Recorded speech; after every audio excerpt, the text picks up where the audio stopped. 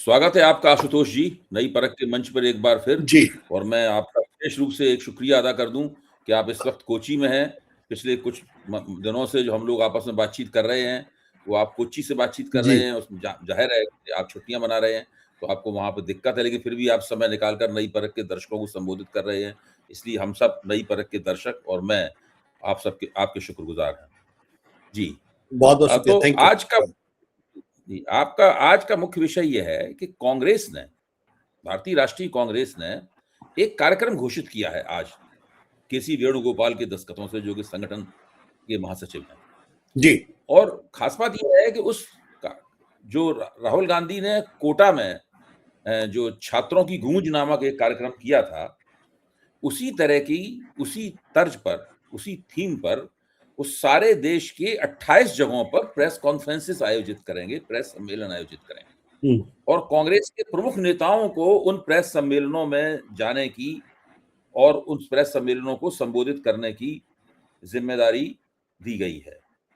और खास बात यह है कि जब हम 28 जगहों के ऊपर गौर करते हैं, तो उसमें दक्षिण भारत की जगह केवल 4 हैं: चेन्नई, तिरुवनंतपुरम, विजयवाड़ा और हैदराबाद।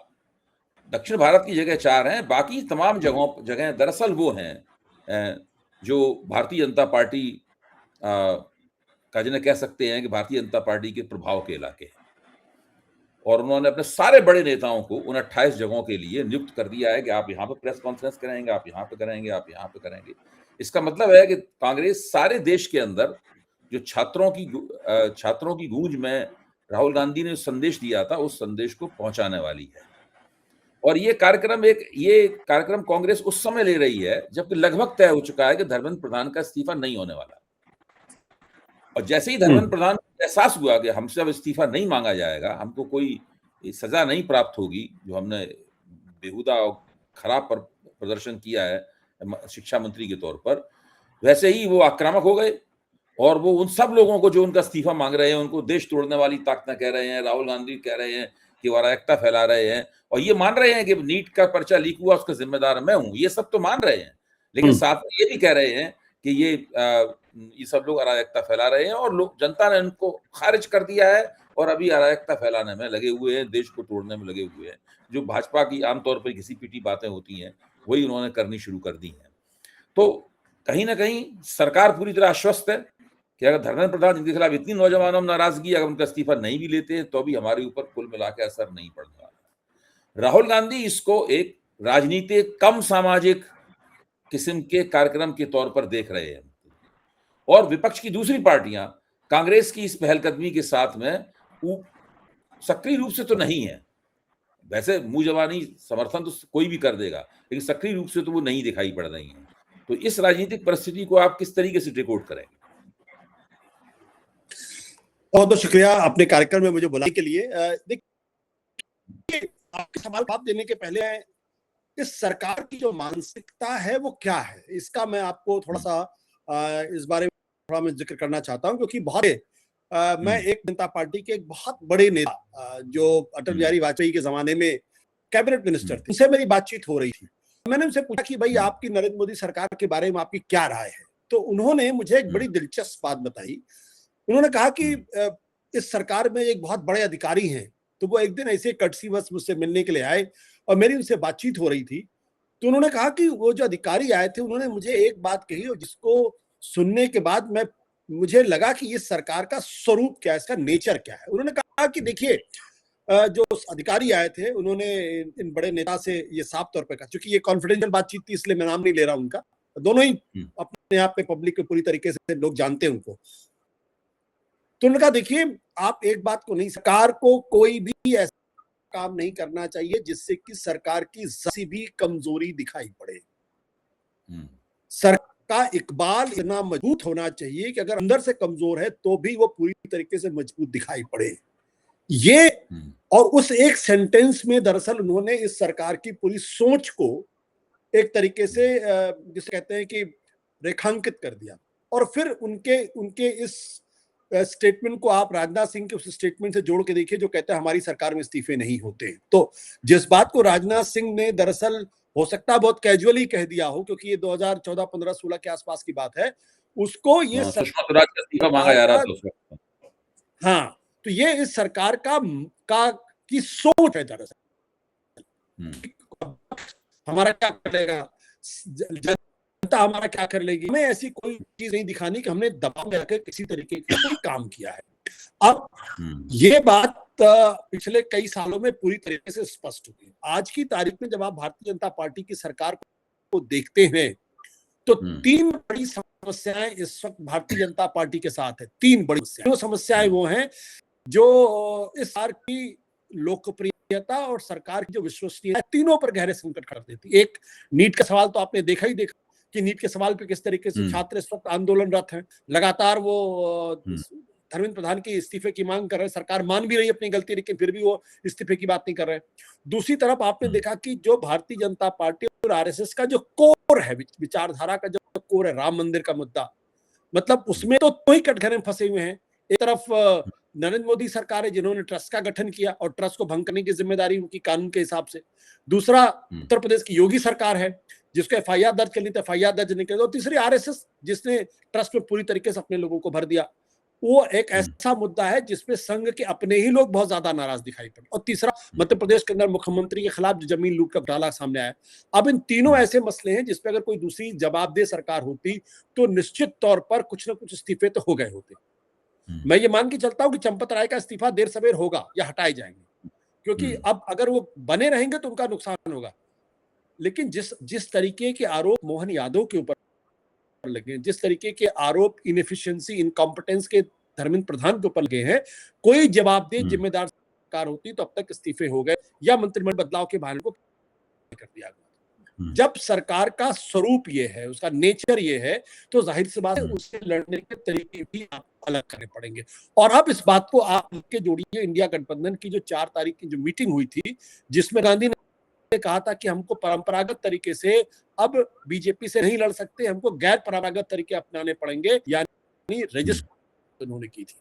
ये जो कोटा से जो राहुल गांधी ने शुरुआत की है, दरअसल उस रेजिस्टेंस को एक तरीके से आप उस कॉन्सेप्ट को डिफाइन कर रहे हैं और साथ ही साथ उसको एक्सपैंड करते हुए जा रहे हैं। जो राहुल गांधी का कार्यक्रम है वो कोटा के बाद इलाहाबाद, प्रयागराज के बाद पटना और दूसरी इलाकों में जाएगा, यानी वो छात्रों से कनेक्ट कर रहे हैं, साथ ही साथ पार्टी को भी गैल्वनाइज कर रहे हैं। मुद्दा सिर्फ ये नहीं कि राहुल गांधी का मुद्दा है, क्योंकि आप रेजिस्टेंस कहते रहिए, पार्टी सड़क पर नहीं उतरती है। अगर आपका कारण सड़क पर नहीं उतरता है, अगर आप लोगों से कनेक्ट नहीं करते हैं, जिसको आप मुद्दा बनना चाहते हैं सरकार घेरने के लिए, अगर वो आप लोग बीच में लेके, तो रेजिस्टेंस का कोई अर्थ नहीं रह जाता। रेजिस्टेंस शब्द का सीधा सा अर्थ है कि जो गांधीवादी तरीका था, सत्याग्रह का तरीका था या नॉन वायलेंट अहिंसक तरीका था, सड़क पर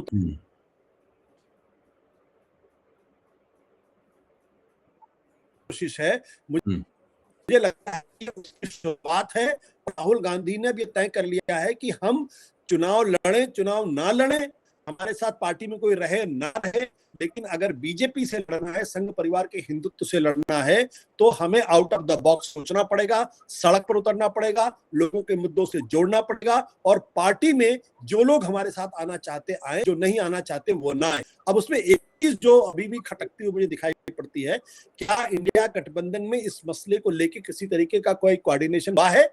अभी तक तो कम से कम दिखाई नहीं पड़ता।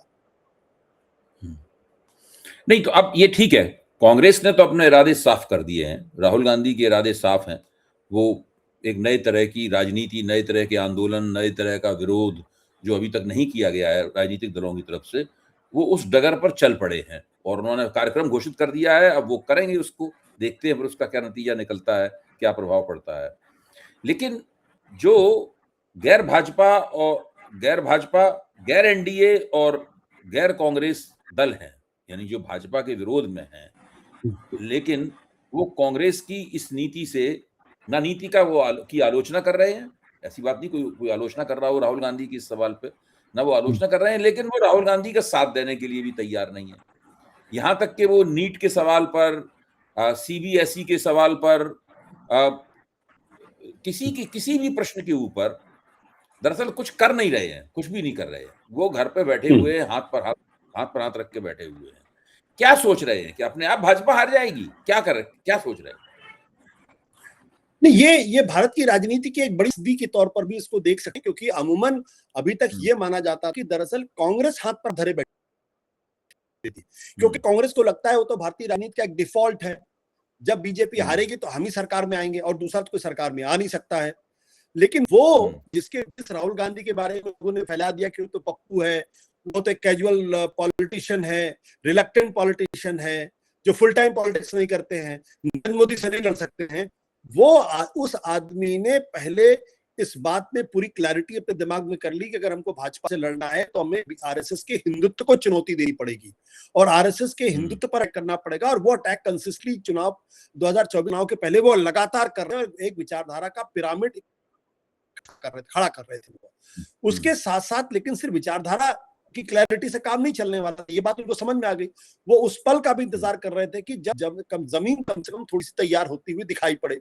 अब आज की तारीख में मेरा मानना ये, अब लोहा धीरे धीरे गर्म दिखाई पड़ रहा है, चाहे वो विदेश नीति का प्रश्न हो, चाहे वो आर्थिक नीति का प्रश्न हो, चाहे शिक्षा नीति का प्रश्न हो, चाहे राम मंदिर का प्रश्न हो, या भारतीय जनता पार्टी की मुख्यमंत्रियों के घोटालों का प्रश्न हो, सारे मसलों पर वो फंसी हुई दिखाई पड़ रही है। उसके पास किसी चीज का कोई जवाब नहीं है। आज आप सरकार से पूछिए कि भाई आपकी रुपया जब 110 के आसपास पहुंच गया तो आपने पेट्रोल के दाम तो 110 के ऊपर कर दिए, एक 15 दिनों के अंदर आपने 10 रुपए पेट्रोल के दाम बढ़ा दिए।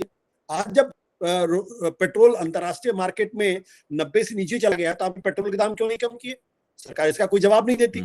आपका जो क्या कहते हैं फॉरेन इन्वेस्टमेंट है, उसका आउटफ्लो लगातार बढ़ता जाएगा, आप उसको कैसे रोकने की कोशिश करें? सिर्फ बयानबाजी के अलावा कुछ नहीं, विदेश यात्राओं के अलावा कुछ भी नहीं है। विदेश नीति के मसले पर भी हालत है, शिक्षा नीति के मसले में तो रंगे हाथों पकड़े गए, तो रंगे हाथों जिसे कहते हैं पकड़े जाना कि आप काम, इसका मतलब क्या है? अगर आप वायुसेना की मदद ले रहे हैं, इसका मतलब जो सिविल एडमिनिस्ट्रेशन ने अपनी जिम्मेदारी छोड़ दी है, उसने मान लिया, दरअसल नरेंद्र मोदी सरकार ने मान लिया है कि शिक्षा सुचारू रूप से करा पाना बिना पेपर लीक के उनके बस का नहीं है, इसलिए सेना की मदद लेनी। मतलब किसी सरकार की इससे बड़ी असफलता नहीं हो सकती।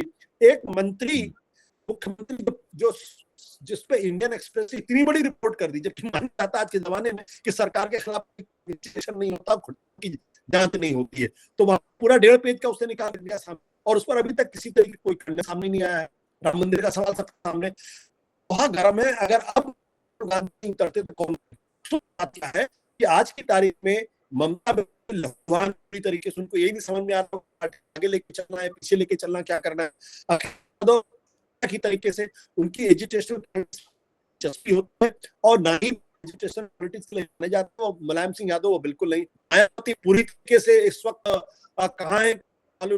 यही हालात आप उद्धव ठाकरे पार्टी बचाएं या जमीन पे आंदोलन करें, ये उनकी शरद पवार पहले से बहुत ज्यादा बीमार, उम्र भी बहुत ज्यादा हो गई, दूसरा उनकी पार्टी में कोई है नहीं। स्टालिन की भी वही हालत है, वो एक घायल योद्धा की तरीके से पड़े हुए हैं और उनको लगता है कि तमिलनाडु के अंदर तो हमको बीजेपी से कोई चुनौती नहीं है। और इसी पटनायक की उम्र आप देख लीजिए, वो भी 80 के पार हो चुके हैं। इनकी राजनीति उन्होंने कभी की नहीं है, कि विरासत पे उनको सत्ता मिल गई थी, 25 साल मुख्यमंत्री रहे, तो कौन राजनीति करेगा? अगर आप इन्होंने को देख लीजिए तो कहाँ है आज की तारीख में देवीलाल की विरासत के जो लोग थे, कहाँ है? कोई दिखने वाला नहीं है। कहाँ है प्रकाश सिंह बादल की विरासत के लोग? कहीं दिखाई नहीं पड़ते। अरविंद केजरीवाल, उन्होंने शुरुआत आंदोलन से जरूर की थी, लेकिन अब उनका आंदोलन में किसी तरीके की कोई आस्था नहीं है, वो किसी तरीके से पंजाब में अपनी सरकार बचाने में लगे हुए हैं। तो ये है पूरे समूचे विपक्ष की हालत। और इन सब लोगों को ट्विटर पे, सोशल मीडिया पे राजनीति करने की आदत लग गई है। कोई मुद्दा आ जाए ट्विटर पे लिख दीजिए, अखबार वाले उसको कोट कर लेंगे, टीवी वाले आके बाइट ले लेंगे, उसके बाद उनको लगेगा हमने विपक्षी राजनीति कर ली। तो एक तरीके से अगर आप कहें, मैं इन शब्द का इस्तेमाल नहीं करना चाहता, लेकिन न केवल ये लोग विचारधारा विहीन है बल्कि कामचोर भी है। माफ करिएगा मैं ऐसे शब्दों का इस्तेमाल कर रहा हूं, न केवल विचारधारा विहीन है, कामचोर भी है। और इनको लगता है कि अखिलेश यादव को लगता है भाई मेरी उम्र 50 साल की होगी, योगी जी कितने दिन रहेंगे, मैं आज नहीं 10 साल बाद तो मुख्यमंत्री मुझे ही बनना है, और वैसे भी कैबिनेट रैंक मुझे मिला हुआ है, तो क्या जरूरत है आप सड़क उतरने की? सारी सुख सुविधाएं हमारे पास है, प्रॉब्लम क्या है? कोई प्रॉब्लम नहीं। 37 साल। तो अगर इनके अंदर राष्ट्रीय सोच होती, अगर ये वाकई में इस बात को लेकर परेशान होते कि ये जो हिंदुत्व के नाम की जो विचारधारा है वो भारत को कैसे कमजोर कर रही है, भारत का जो रिपब्लिक है उसको कैसे तोड़ रही है, और कैसे स्थितियां लोकतांत्रिक व्यवस्था से बढ़ते हुए अब वो अधिनायकवाद से आगे निकलती हुई दिखाई पड़ रही, अगर ये सोच होती तो निश्चित तौर पर सड़क उतरने की कोशिश करते, क्योंकि इससे अच्छा मौका सड़क पर उतरने का नहीं है। और कम से कम ये हम एक चीज के लिए राहुल गांधी को जरूर कहेंगे कि लाख लोग उनकी बुराई करें, लेकिन कम से कम वो आदमी लड़ता हुआ दिखाई पड़ रहा है और अपनी पार्टी को लड़ाता हुआ भी दिख रहा है आज की तारीख।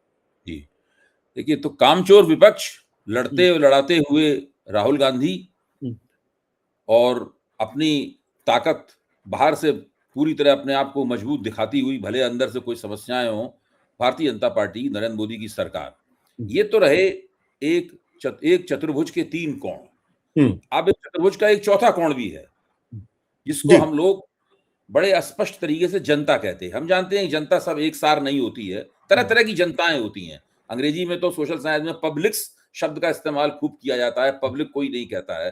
तो हम भी मान लें कि जनताएं बहुत तरह की होती हैं। एक दलित जनता है, एक ओबीसी जनता है, एक ब्राह्मण ठाकुर बनिया जनता है, एक मुसलमान जनता है, बहुत सारी जनता है, एक आदिवासी जनता है। जनताओं की कोई भारत में कमी नहीं है, बहुत संख्या है और सब बहुत महत्वपूर्ण है और अपने अपने जगह में उन जनताओं का बड़ा महत्व है, जनताओं का बड़ा बहुत अहमियत है। तो वो जनता इस वक्त आपकी निगाह में इस माहौल में क्या सोच रही है कि ऐसी सरकार जो ऊपर से कोई गलती स्वीकार करने को तैयार नहीं है, किसी अपने गलती करने वाले अपने किसी कारकुन को सजा देने के लिए तैयार नहीं है, उसका इस्तीफा लेने के लिए तैयार नहीं है। ऊपर से वो मजबूत दिखना चाहती है, लेकिन अंदर से लगातार खोखली होती जा रही है। गवर्नेंस के नाम पर डबल जीरो है, पूरी तरीके से ढक्कन है। दूसरी तरफ विपक्ष है, जो गैर कांग्रेस विपक्ष है, जो आपने ठीक कहा, वो कामचोर विपक्ष है। और दूसरी तरफ कांग्रेस है, जो कि लगातार जितना हो सकती है एक नई डगर खोजने की, नई लीक बनाने की कोशिश कर रही है। तो अब वो जनताएं क्या सोच रही होंगी इस वक्त इस पूरे माहौल को देखकर? देखिए, जनता तो हमेशा बेचैनी में दिखाई पड़ेगी आपको। कॉन्सेप्ट ऑफ लीडरशिप आता है, जो नेता की जो जरूरत होती है, भाई यही हिंदुस्तान था। जब तक गांधी जी नहीं आए थे तब तक सोई हुई थी जनता। भाई ऐसा थोड़ी था कि अंग्रेजों का शासन कोई बहुत अच्छा था, लेकिन जनता ऐसा ही होती है। जब और दुनिया में हर जगह जब क्रांति होती है, वो कुछ नेता आते हैं जो परिस्थितियों के हिसाब से मुद्दों को खड़ा करते हैं, जनता के बीच में पैदा करते हैं, उनके अंदर विश्वास पैदा करते हैं।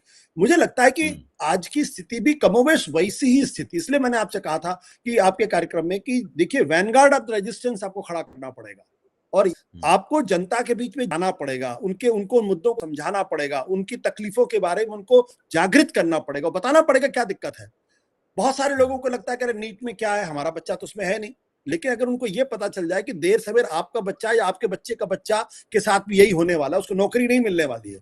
आज ठीक है, आपके बच्चे पढ़ लिख गए हैं और अच्छी नौकरी कर रहे हैं, लेकिन उन बच्चों का क्या होगा? तो ये जो पूरा काम है, मुझे लगता है ये नेतृत्व का यही काम होता है, लीडरशिप का यही काम होता है, पार्टियों का भी यही काम होता है। जहां तक जनता के बारे में मैं आपको मैंने कहा ना कि लोहा अब गर्म होता हुआ दिखाई पड़ रहा, तो लोगों के अंदर वो बेचैनी मुझे दिख रही है। तकलीफें बढ़ रही, लोगों की आय लगातार कम हो रही है, चीजों दाम लगातार बढ़ रहे हैं, बेरोजगारी बढ़ रही है। और ये सिर्फ मैं नहीं कह रहा, बल्कि लोगों से अगर आप बात करेंगे तो लोग भी इस बारे में महसूस कर रहे हैं। वो कहीं ना कहीं नरेंद्र मोदी से थकान महसूस कर रहे हैं, अपने आप को ठगा हुआ महसूस कर रहे हैं। लेकिन उनके मन में ये डाल दिया गया कि नरेंद्र मोदी के सामने कौन है, यहाँ तो कोई विकल्प ही नहीं। जो प्रोपेगेंडा जो जबरदस्त तरीके से फैलाया गया है, और ये वो सरकार है, आजादी के बाद की सरकार है, जो दरअसल प्रोपेगेंडा करने में सबसे माहिर सरकार है। तो लोगों के मन में यह है, लेकिन सवाल अब लोगों के मन में उठ रहे हैं और वो हर चीज को लेकर सवाल लोगों के मन में उठ रहे हैं। ऐसा नहीं कि सवाल नहीं उठ रहे, उसको जागृत करने की जरूरत है और उसको जागृत करने के लिए ही राजनीतिक पार्टियों का काम है कि लोगों के बीच में जाएं, या जैसे गांधी जी करते थे। भाई गांधी जी ने भी इस देश को पहले समझने की कोशिश की। जो सूट बूट टाई वाले आदमी थे, अचानक हिंदुस्तान में आ गए और थर्ड क्लास के डब्बे में जाके उन्होंने पूरे देश का दौरा किया और उसके बाद निष्कर्ष पहुंच गया कि वो जनता को जागृत करने के लिए जनता के हिसाब से चलना पड़ेगा। तो उन्होंने पूरे कपड़े उतार दिया, वो सिर्फ लंगोटी में आ गए, उनकी भाषा में बात करने लगे। आप अगर दक्षिण अफ्रीका गांधी को देखेंगे और गांधी को देखेंगे, जमीन आसमान का फर्क है। तो मुझे लगता है कि उनको जागृत करने की जरूरत है और उनके बीच में विश्वास पैदा करने की जरूरत है कि उनके मुद्दों को लेकर लड़ने वाली एक फौज अब इकट्ठा हुई है, एक नेतृत्व इकट्ठा हो गया जो नरेंद्र मोदी से लड़ सकता। देखिए, सवाल भारतीय जनता पार्टी का नहीं है, सवाल नरेंद्र मोदी से लड़ने का है। नरेंद्र मोदी के मिथ को तोड़ने की जरूरत है। भारतीय जनता पार्टी नरेंद्र मोदी की आज भी 125 140 सीटों वाली पार्टी ही है। नरेंद्र मोदी का जो ऑरा है, नरेंद्र मोदी की जो गुडविल है, वो दरअसल 240, 250, 260 सीटों पर लेके आती है। तो जनता के मन में अभी भी ये सवाल है कि नरेंद्र मोदी के साथ कौन? राहुल गांधी अच्छा काम कर रही है, मानती है वो, लेकिन क्या लड़ पाएंगे उनसे? अरे क्या होती। तो मुझे लगता है कि ये राहुल गांधी ने जो स्ट्रेटजी तैयार की है कि वो नरेंद्र मोदी की मिथ को तोड़ने की कोशिश कर रहे हैं। जो संसद के अंदर मिथ को तोड़ने की कोशिश कर रहे हैं, संसद के बाहर मिथ को तोड़ने की कोशिश कर रहे हैं, और जो लगातार नरेंद्र मोदी पर हमला कर रहे हैं, जो कंप्रोमाइज प्राइम मिनिस्टर का जो उन्होंने एक जुमला उछाला है, वो जुमला बहुत बहुत सटीक जुमला है। और ये जब लोग सोचते हैं तो लगता है यार, अमेरिका के राष्ट्रपति हमको इतनी गालियां देता है, हमारे प्रधानमंत्री तो चुप रहते हैं। तो मुझे लगता है कि इस पूरे खेल में लोहा धीरे धीरे गर्म हो रहा है। सवाल है कि इस गर्म लोहे पर चोट अब और किस तरीके से की जाए कि वो वहां पे फिर वो टूटन दिखाई पड़े। अभी अगर आप कहेंगे तो अभी कांग्रेस के लिए बड़ी जल्दबाजी होगी, क्योंकि अब वो सड़क पर उतरना शुरू किया है। आप देखिए कि नीट के मसले पर एनएसवाई के कार्यकर्ता ही सड़क पर उतर रहे हैं, जो यूथ कांग्रेस के लोग हैं वही सड़क पर उतर रहे हैं। जो भारतीय जनता पार्टी, अखिल भारतीय विद्यार्थी परिषद, जो हिंदुस्तान का सबसे बड़ा छात्र संगठन है, नीट के मसले पर कहीं दिखाई नहीं पड़ती, सीबीएसई के मसले पर कहीं दिखाई नहीं पड़ती, कहीं नजर नहीं आती। तो क्रेडिबिलिटी का क्वेश्चन भी वहां पे उनके बीच में खड़ा हो रहा था। ऐसे में अगर कांग्रेस ठीक से अपने को संगठित करे, लोगों के बीच में जाए, और जिस तरीके से प्रेस कॉन्फ्रेंस, लेकिन सिर्फ एक बार प्रेस कॉन्फ्रेंस करके काम नहीं चलेगा, इसका जो फॉलो अप एक्शन क्या है, अगले 6 महीने आप क्या करना चाहते हैं, लोगों के बीच में कैसे जाना चाहते हैं, अगर वो सब करेंगे तो मुझे लगता है कि ये असंभव नहीं है।